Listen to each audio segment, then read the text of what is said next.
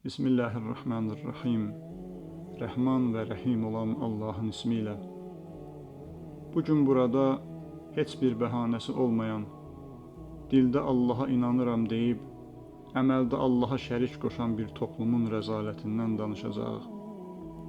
Ən böyük zalımlıq, ən böyük körlük budur.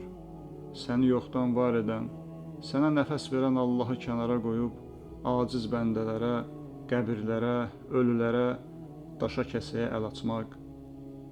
Yaradan durarkən, yaradılmışa kölə olmaq, insana verilən ağla ən böyük təhqirdir. İndi qulaq asın və görün Allah bu azğınlığın hökmünü necə kəsir. Ərəb surəsinin 194-cü ayəsində buyurur: İnnellezîne ted'ûne min dûnillah ibadun emsâlukum. Sizin Allah'tan qeyri dua etdikləriniz sizin kimi qullardır. Fəd'uhum felyestecibu lekum.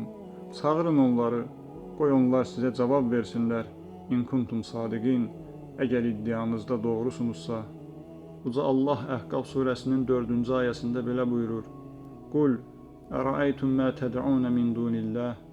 De, gördünüzmü Allah'tan başqa dua etdiklərinizi? Əruni məzə xalaqu minəl ard. Göstərin mənə, yerdə nə yaratmışlar? Əm ləhum şirkun fis-səmavat.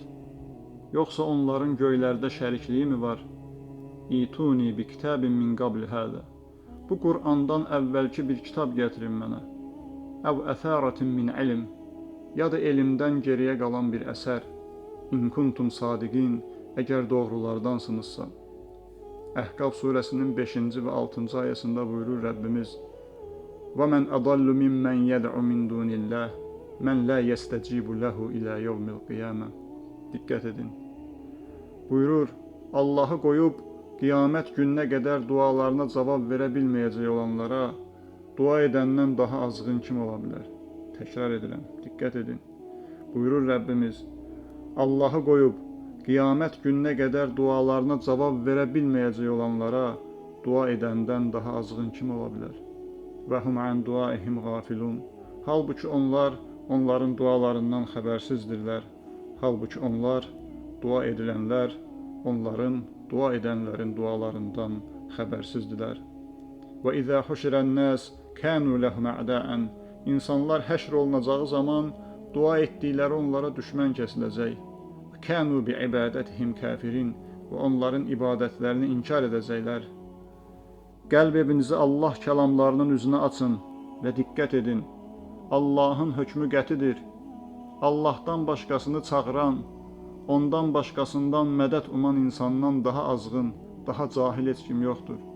Ayılın, o sığındığınız və qəbirlərinə əl sürtüb şəfa dilədiyiniz varlıqlar qiyamətə qədər sizi eşitməyəcək. Onlar laldırlar, kardırlar, acizdirlər, özlərindən belə xəbərsizdirlər. Amma qiyamət günü o qəflət pərdəsi yırtılacaq.